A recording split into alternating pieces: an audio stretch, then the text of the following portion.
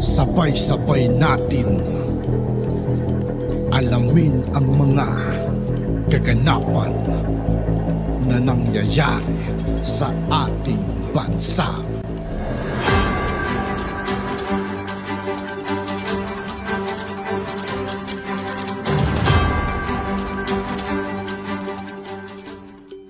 Yo, what's up mga kaibigan? This is I2K po again. Ngayon nandito ulit tayo sa channel ni Pinas News Insider. Dito ulit tayo magbibigay ng komento at reaksyon. Pero bago ang lahat ng yan mga kaibigan, sa lahat ng hindi pa nakasubscribe kay Pinas News Insider, mag-subscribe na po tayo at huwag nyo rin pong kalimutan mag-subscribe dito sa aking channel. Simulan na natin mga kaibigan. Let's go! Ito ang balita ngayon, viral ngayon sa mundo ng social media. Ang tiyo man ay balita, dating PIDEA agent na si Jonathan Morales may malaking pasabog kung saan pinangalanan nito ang mga taong umareglo sa kanya para tumahimik at hindi na dumalo sa pagdinig. Pero bago ang lahat, kung bago ka pa lamang sa aming channel, please huwag kalimutang mag-like, subscribe at i-click ang notification bell para mas maging updated ka pa lalo sa lahat pa ng bagong video na i-upload namin. At eto na nga mga kababayan, sa pangalawang pagdinig ng Committee on Public Order and Dangerous Drugs patungkol sa PIDEA leak ay matapang na inilantad ng dating PIDEA agent na si Jonathan Morales ang mga taong nagtangkang umareglo sa kanya na ayon sa kanyang salaysay. Pagkatapos daw ng unang pagdinig kinabukasan, may taong pumunta sa kanilang bahay na nagpakilalang Romy Enriquez. Sa pamamagitan ng three-way conversation ay may ibang tao pa siyang nakilala. Kabilang dito si Eric Santiago na nagtratrabaho di umano sa Napurcom, na siyang nagsabi di umano sa kanya na interesado daw sa kanya si James Comar na isang Indian national. At ayon sa kanyang narinig na pinag-usapan ng tatlong tao pamamagitan ng isang video call na kahit ano daw ang hilingin nito ay ibibigay, wag lang daw itong dumalo sa pagdinig. At pinangakuan pa nga siyang gagawing direktor. At sa kanyang naging salaysay ay nabanggit pa nito ang pangalan ni First Lady Lisa Marcos na di umano'y kasali sa nagtangkang umareglo sa kanya. Gayunpaman, tinanggihan ng dating PIDEA agent na si Jonathan Morales ang naging alok sa kanya dahil hindi daw ito natatakot na sabihin ang buong katotohanan, lalo na't ang pag-uusap na iyon ay nangyari sa loob ng kanyang bahay kung saan nakunan mismo ng kanilang CCTV ang buong pangyayari. At dahil nga dito, marami tuloy sa ating mga kababayan ang tila nagtatanong kung sino si James Comar at bakit ito interesado sa dating agent ng PIDEA na si Jonathan Morales na tila binigyang tugon naman ng controversial na vlogger na si Maharlika dahil ayon pa sa kanyang Facebook post, ito yung Comar na inutusan ni Lisa Ki na iaregluhin daw si Agent Morales. Ipatawag na ang dalawang to, unquote. Samantala, hindi naman mapigilan ng marami sa ating mga kababayan na magbigay ng kanilang hinaing at komento sa mundo ng social media. At ayon pa sa kanila, mukhang mauuwi sa wala ang lahat. Need talagang lumabas ng informant at ipakita ang pictures. Yun ang mas matibay na ebidensya ni Morales at Maharlika. Kita naman nila walang aksyon. Sila na mismo ang dapat magsiwalat. Parang wala na tayong maaasahan sa next hearing nila. Tapos parang last hearing na rin nila. Kaya taong bayan na lang talaga ang dapat gumawa ng aksyon. Nakakaiyak ang sitwasyon ni Morales. Ipinagtanggol lang niya ang kanyang tungkulin bilang PIDEA investigator at siya ay anis sa kanyang trabaho. Tapos siya pa ang masama. Sir Morales, para sa akin isa kang hero para sa mamamayan. Lord, please protect this man. The truth will prevail. Ayan na, klaro na ang ebidensya. Pero parang wala naman silang pakialam sa mga taong umareglo kay Morales. Nako, parang katulad ng ibang hearing, wala pa ring patutunguhan. Sino ba si James Comar? Bakit siya umaareglo kay Morales? Bakit magkaka-interes ang isang negosyanteng Indian sa isang dating PIDEA agent? Gayong magkaibigan naman pala si Lisa at Comar. End quote. Di mo disclose yan eh. Your Honor, imposible po yun. Dumaan po ako doon sa proseso ng recruitment nila, kaya nga po ako in-appointed. Dahil kung hindi ako nag-comply, hindi po nila ako tatanggapin. Requirements po yun, batas po yun. Hindi po pwede na yung recruitment committee, i-violate nila yung procedure. Hindi po pwede. At saka, Senator Jinggoy, karamihan ng mga initial na mga personnel ng PDEA were coming from the PNP. Kaya imposible makapagtago ito ng kanyang identity doon sa mga pulis na nandoon sa PDEA kung ito yung mga kaso niya, hindi niya dinidisclose. Your Honor, tama po yun. Kasi nung panahon na yun, kung di po ako nagkakamali, ang hepe o acting director ng Human Resource Management o yung admin ng PDEA ay Police Commission Officer, Your Honor. Imposible ho na mag-ano ako ng mga anumang itatago ko dyan, hindi po pwede. At yung IIS, Your Honor, na nagkakandak ng background investigation, panay police. Hindi po pwede lulusot po ako. Sigurado ako, kung iskalawag ka na pulis, lalong-lalo na PDEA papasukin mo, mukhang malabo siguro, mukhang siraulo ang PDEA kung tatanggapin ka kung iskalawag ka na pulis. Yung Your Honor, ang sinasabi ko doon kay General Lasso, ibig sabihin, mas magaling ka pa kay General Dionisio Santiago sa military parlance, Your Honor, at saka sa police parlance. Ang tawag doon, kupal. Your Honor, si General Santiago, patawarin niyo po ako doon sa words ko, pero yung po yung military parlance at saka police parlance, pagka ang isang opisyal, hindi magan ng tawag diyan. Your Honor, napaka-tinong opisyal ni General Santiago. Ano tawag? Magan, Your Honor. Magang? Magan or kupal, Your Honor. Totoo ba yan, Mr. Chair? Yes, magan, stricto. Ibig sabihin ng magan, stricto. Kupal, yung wala. Kurap na opisyal. Yan yun.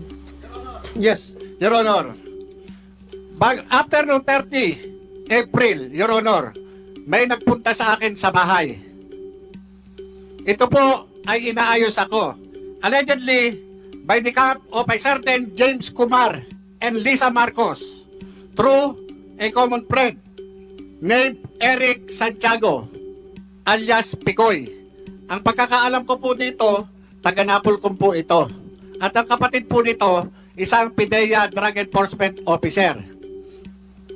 Nakuha po sa bahay ng CCTV yung kanyang kasi naka-video call po At ako, ayon, di umano, itong si James Kumar, interesado sa akin at naging subject ng kanilang three-way conversation na ako wag nang magsalita.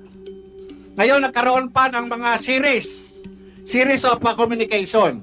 Kahit ano ang hilingin ko, wag na akong tumuloy dito sa hearing na ito ngayong May 7. Kung hindi ka tumuloy, papahuli rin kita. Yes, Your Honor. Alam ko naman po. Kita. Kung hindi ka nagbiro pa nga ako, Your Honor. Ang gusto ko, loto. Walang problema. Yan ang inaantay. Yan ang inaantay ni Lam. Your Honor, kuha po yan. Yung conversation na yan. Sandali, bagong revelation yan. Yes, Your Honor. Nung atreta na after ng hearing natin dito sa Senado, May 1, may nagpunta po sa akin. At yun nga, yung tumawag yung Eric Santiago, video call. Kaya nga, sabi ko, teka muna, hindi ako nagano doon sa video call. Yung nga sinasabi, yung certain Kumar, James Kumar, allegedly, yung Bombay, sabi nga Bombay. Sabi ko, ano kinalaman ng Bombay? Ba't ako kakausapin ng Bombay? Hindi ko po kilala itong James Kumar na to. Kilala ko yan. Ako po. Kilala ko. Opo. Kumusek, are you sure of your statements, ha? Yes, Sir Honor. Kahit po patawag natin, yung Eric Santiago, ng pagkakaalam ko, taga-Napolcom. Kumusek, you invite James Kumar and yung isa, Eric Santiago? Opo. Tsaka yung isa pa raw kausap, allegedly, ito po allegedly si Lisa Marcos, ito po yung Lam. Sandali, puro ka allegedly. Sino nakausap? Kasi po, yung Eric Santiago po ang nagsasabi. Sinabihan interesado. Opo, sinabihan ako na yung Kumar interesado sa akin. Personal kayo nag-usap o cellphone? Yung po yung nagpunta po sa akin, naka-video call po sila. Sino yung nagpunta sa'yo? Si Romy Enriquez po. Romy Enriquez. Kumusek, take note. Pumunta sa'yo, naka-video call. Yes, Sir Honor. Pinadinig niya sa akin. Sinong nagsalita doon sa video call? Yung pong si Eric Santiago. Anong sabi ni Eric Santiago? Ayun, interesado raw sa akin si James Kumar. Ang gusto pa nga, Your Honor, kausapin ako, kung saan ko gusto sa labas. Ang sabi ko naman, hindi, dito na lang sa bahay, dito ako kausapin. Ngayon, bumalik sa kanya ng usap, itong si Picoyo, si Eric Santiago, at sinabi, teka muna, baka raw tantad ng CCTV yung bahay doon. Mahirap. So, na-cover ng CCTV mo yung pagpasok ni yung nagdala ng cellphone, nakakausapin ka? Yes, Your Honor. Nandun. Andun sa Nakuha po, nandun kami sa dining eh. Sa dining po namin, meron po CCTV doon. Kaya capture po. Palalim ng palalim ito yung investigasyon na ito. Ang dami ng tao na involved. Yung nga po, yung ang na nagulat din ako dahil after lang nung April 30 na hearing, bakit may ganun? Sabi ko, kung ito, So this happened after the hearing. after First hearing po, natin. May 1, bago po ako interviewin ng, ano ba radio station to? Bali, ang interview ko noon, 11:30.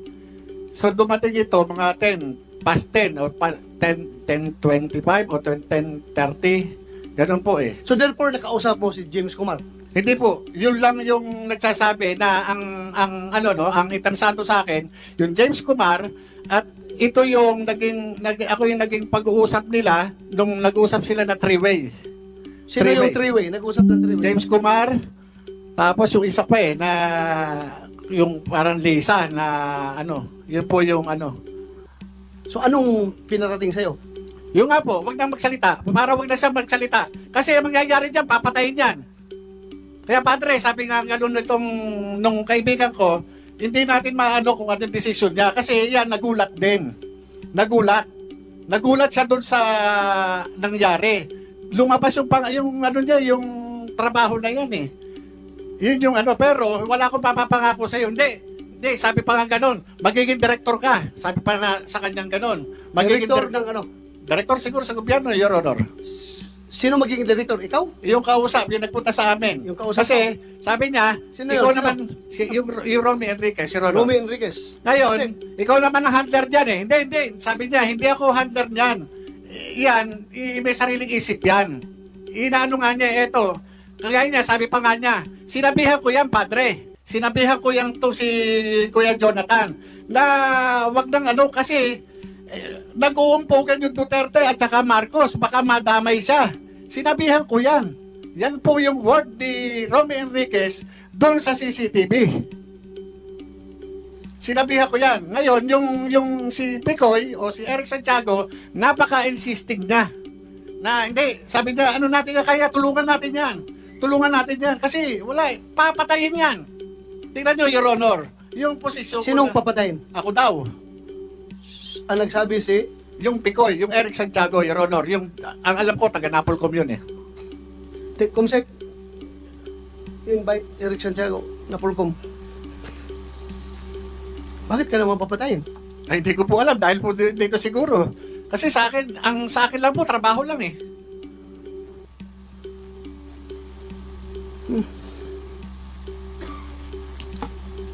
Mr. Chair, if I Yes, wait. mabalik ko lang dun sa pag-misrepresent mo sa pagpasok mo sa PIDEA. Yes, Your Honor. Okay. Ito yung sinabit mong mga dokumento sa PIDEA na sinasabi mo during those dates, investigador ka, VIP security, what so and so forth. Wala kang nilagay na you were dropped from the PNP and you were dismissed from the PNP. Your Honor, yun po yung allegation na lang ng PIDEA sa ngayon. Nung panahon po ng recruitment process, na-comply ko po lahat yan. Never wrote in the in your PDS, yung parang personal data sheet, that you were dropped from the roles of the PNP. Your Honor, you were dismissed from Your the Honor, service. merong pinasubmit sa akin, may pinakomply nga po, yung PIDEA recruitment, pinakomply po lahat sa akin. Na-comply ko po lahat yan. Ano pinakomply sa'yo? Lahat po ng mga lacking na documents. Halimbawa, lumabas sa background investigation, halimbawa, may ganito, may lacking ako. Pinakomply naman po, eto, may ganyan, alam mo ba to? Hindi ko po alam. Kung ngayon, alam ko na, inayos po yan. Yung ginagawa, From PDEA yun.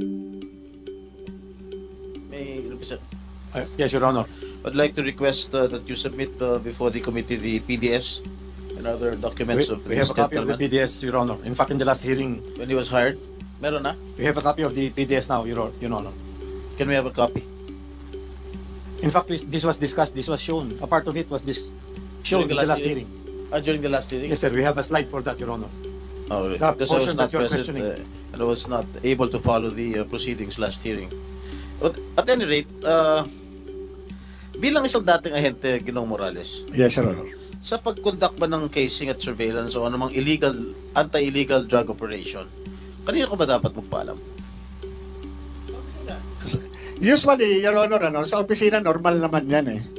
Pwede ba, sugutin mo direct Yes, sir. yung sagot ko? Kung sino, ha? Apo. Huwag sa opisina. Yung kay Director, Nakakausap mo ba yung kay opisina? Director Francia, Your Honor. Sandali, pag nakinakausap kita, huwag sumagot. Yes, Your Honor. You answer me direct to the point. Yes, Kanino Your ka Honor. nagpaalam? Director Francia, yung aking division chief, Your Honor. Okay. Kami naman na nag-uusap palagi, Your Honor. Hindi kay gadapan. No, sir. Ha? No, Your Honor. Sino ba si gadapan? Yun ba yung immediate superior mo? Deputy Director General Deputy for Director Operation, Your General. Honor. Sino yung sinabihan mong kanino ka nagpapaalam? Kay Director Francia po. Director Francia.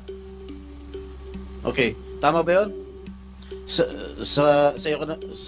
Sa'yo siya nagpapaalam?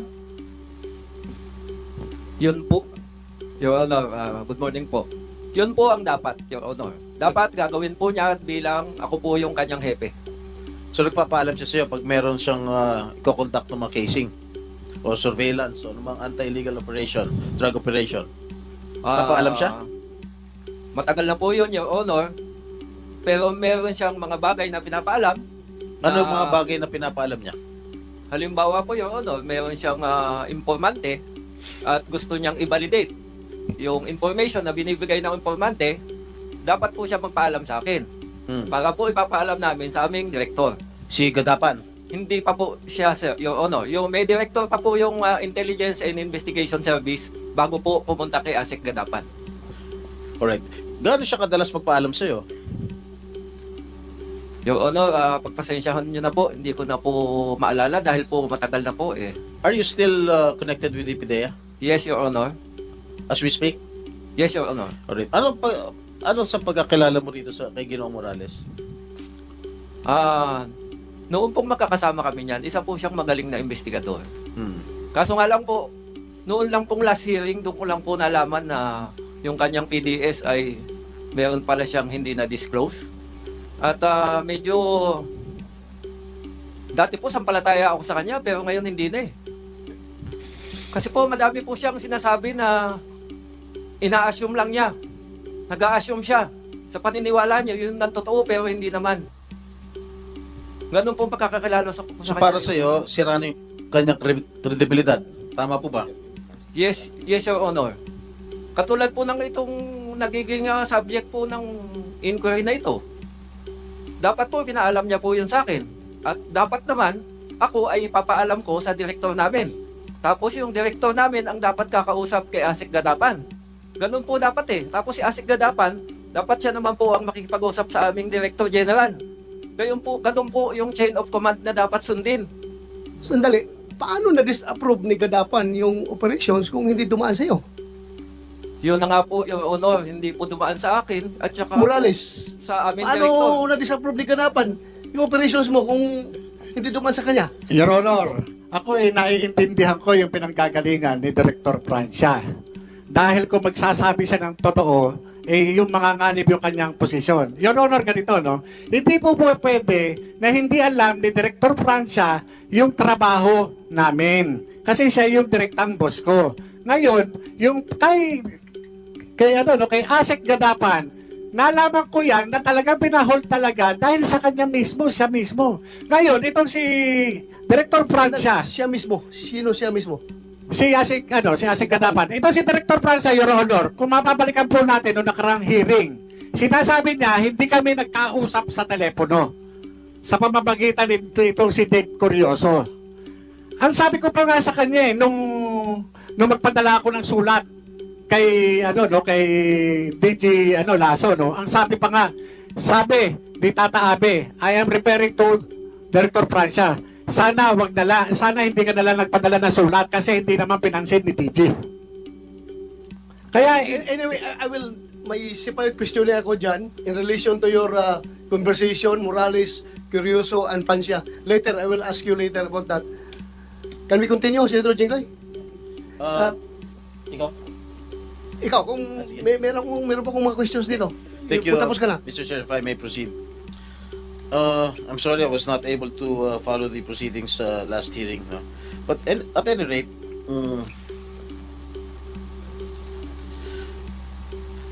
during the last hearing, the authority to operate provides that 7 other personnel of the PIDEA Intelligence and Investigation Service, or IIS, were supposed to join the anti-drug operation against then Bongbong Marcos. Am I correct? yes, sir. But when asked during the previous Senate hearing, who were these 7 personnel, you conceded that you cannot even name or remember one. Wala ka naalala. Your Honor, yan pong 7, normally nilalagay po namin yan doon sa pre-ops. Tsaka doon sa, yung sa authority. I'm asking you, you cannot remember that even one. Sino po? Yung 7 operatiba, Your Honor? 7 personnel of the PIDEA Intelligence, yung PIDEA IIS, Intelligence Investigation Service. Paano kung Your Honor wala nakilala?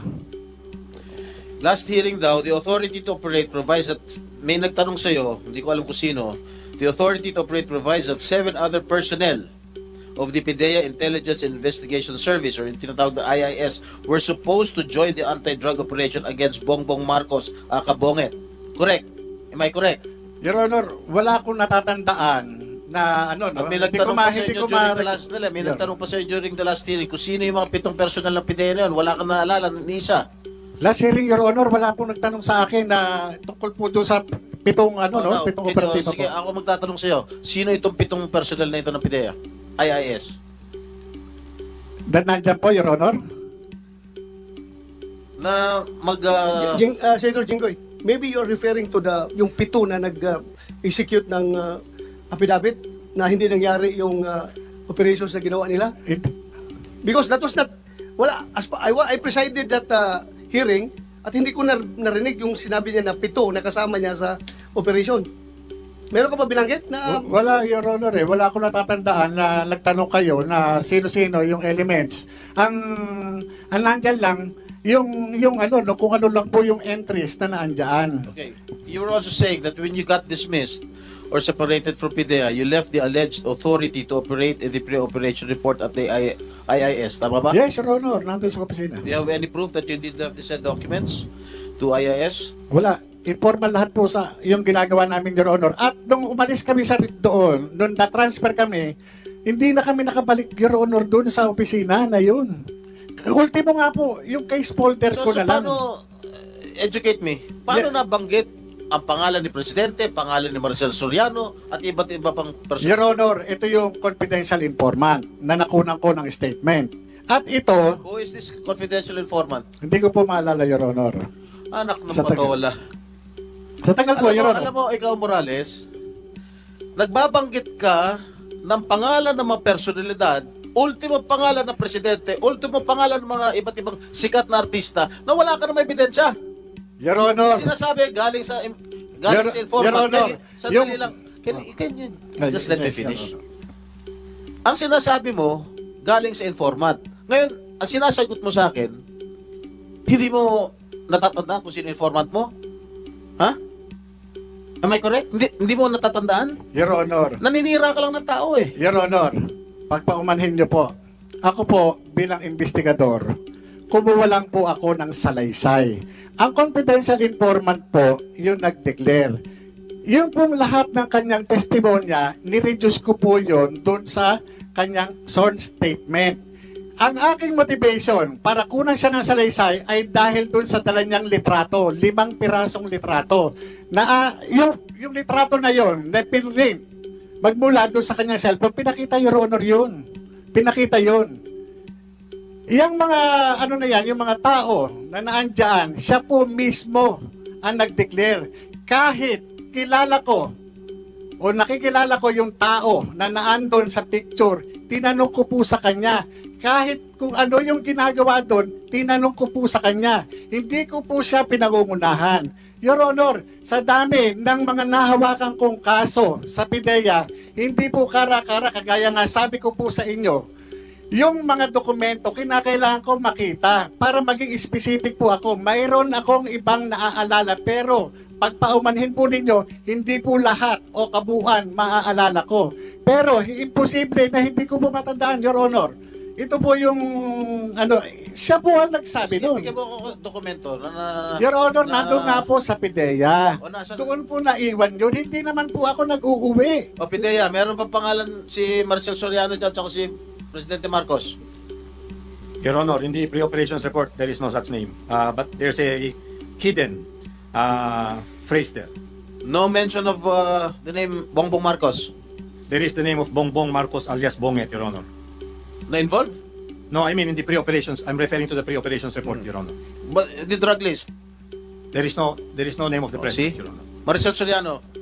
Mas maganda sana mga kaibigan, tawagin nila lahat para magkaalaman talaga. No name, Your Honor. At yun na nga mga kababayan, ano na ang At yun nga po mga kaibigan, dito po nagtatapos ang ating reaction video. Muli ako po si I2K ng Sundalo ng Dunggalo. Maraming salamat sa patuloy na pagsuporta. Yeah, peace out.